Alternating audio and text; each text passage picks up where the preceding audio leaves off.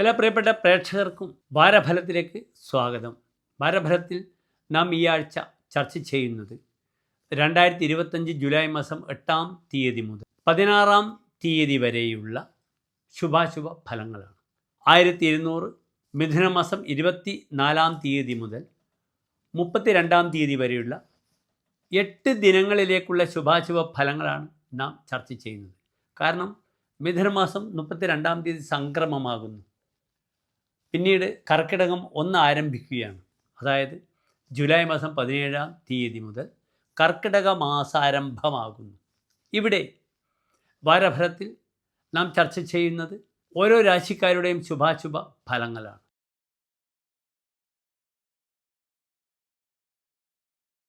ഉത്രം നക്ഷത്രത്തിൻ്റെ അവസാനത്തെ 45 നാഴിക, അത്തം ചിത്ര നക്ഷത്രത്തിൻ്റെ ആദ്യത്തെ 30 നാഴിക വരുന്ന രണ്ടേകാൽ നക്ഷത്ര സമൂഹമാകുന്നു കന്നിരാശി. ഇവിടെ കന്നിരാശിക്കാർക്ക് ഇന്ന് രാശിയിൽ ഗ്രഹങ്ങളില്ല. 3-ാം ഭാവത്തിൽ ചന്ദ്രൻ, 6-ാം ഭാവത്തിൽ രാഹു, 7-ൽ ശനി, 9-ാം ഭാവത്തിൽ ശുക്രൻ, 10-ാം ഭാവത്തിൽ സൂര്യൻ, വ്യാഴം, 11-ൽ ബുധൻ, 12-ൽ ചൊവ്വ, കേതു. ഇങ്ങനെയാകുന്നു ഗ്രഹസ്ഥിതി. ഇവിടെ കന്നിരാശിക്കാർക്ക് ഭാഗ്യാധിപനായ ഗ്രഹം വളരെ ശക്തമായി നിൽക്കുന്നുണ്ട്. അതിനാൽ വാക്പതി, അപ്രകാരം തന്നെ ധനപതി, തനിക്ക് ധനമുണ്ടാക്കേണ്ടുന്ന വാക്കുകൊണ്ട് സൗഭാഗ്യങ്ങൾ ഉണ്ടാക്കുന്ന ഗ്രഹം ശുക്രൻ അതിശക്തമായി 9-ാം ഭാവത്തിൽ ഭാഗ്യസ്ഥാനത്ത് നിൽക്കുന്നു. എന്താണ് ഭാഗ്യം?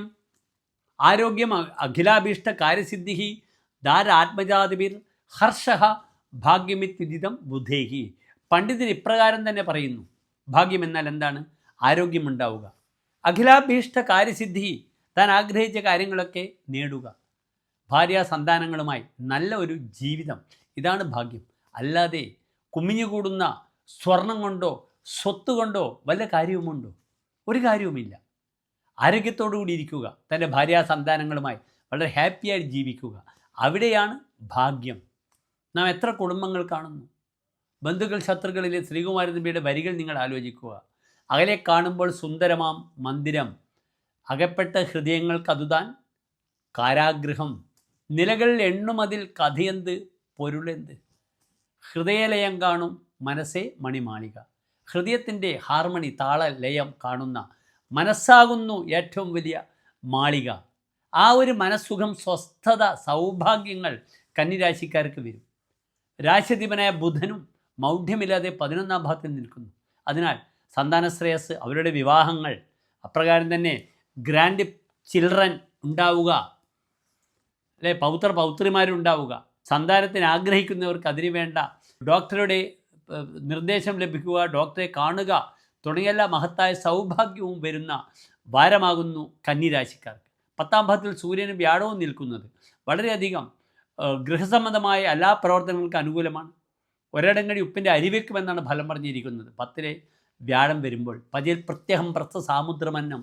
അതിനാൽ വിവാഹ വിഷയങ്ങൾ, അല്ലെങ്കിൽ ചോറൂൺ മുതലായ വിഷയങ്ങൾ, അല്ലെങ്കിൽ ധർമ്മദൈവ സങ്കേതത്തിൽ അവിടെ ഭക്തർക്ക് അവിടെ അന്നദാനം ചെയ്ത് മലയാള മാസം 1-ാം തീയതിയൊക്കെ തന്നെ വഴിപാടുകളൊക്കെ ചെയ്യുന്നത് വളരെയധികം ദൈവികമായ അനുഗ്രഹത്തിൻ്റെ കല സൃഷ്ടിക്കപ്പെടുവാൻ സാഹചര്യമൊരുക്കും കന്നിരാശിക്കാർക്കെന്ന് മനസ്സിലാക്കുക. വളരെ നല്ല ഫലമാണ് കന്നിരാശിക്കാർക്കുള്ളത്.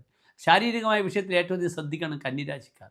ശാരീരികമായ ഡിസ്ക്, നടുസംബന്ധമായ ബുദ്ധിമുട്ടുകൾ, പാദസംബന്ധമായ വൈകല്യങ്ങൾ വരും. ആ സമയത്ത് വിഷസ്പർശമേൽക്കും. പ്രകാശമില്ലാതെ വീടിന് പുറത്തു പോകരുത്. പല്ലുകൾക്ക് വളരെയധികം ബുദ്ധിമുട്ടുകൾ വരുന്ന സമയമാണ്. ദമ്പതികൾക്ക് ചില അസ്വസ്ഥതകൾ വരാം. 2 വീലർ ഉപയോഗിക്കുന്നവർ വളരെയധികം ശ്രദ്ധിക്കണം. അല്ലെങ്കിൽ 4 വീലർ ഉപയോഗിക്കുന്നവർ, ഇപ്പോൾ മഴക്കാലമാണ്, വാഹനാപകടം വരും. അധോമുഖ രാശി ആരൂഢമാണ്. അതിനാൽ കന്നിരാശി ദ്വിപാദ രാശിയാണ്. 2 വീലർ ഉപയോഗിക്കുന്നവർ ശ്രദ്ധിക്കണം. ഭാര്യാഭർത്താക്കന്മാർ യാത്ര ചെയ്യുമ്പോൾ ശ്രദ്ധിക്കണം.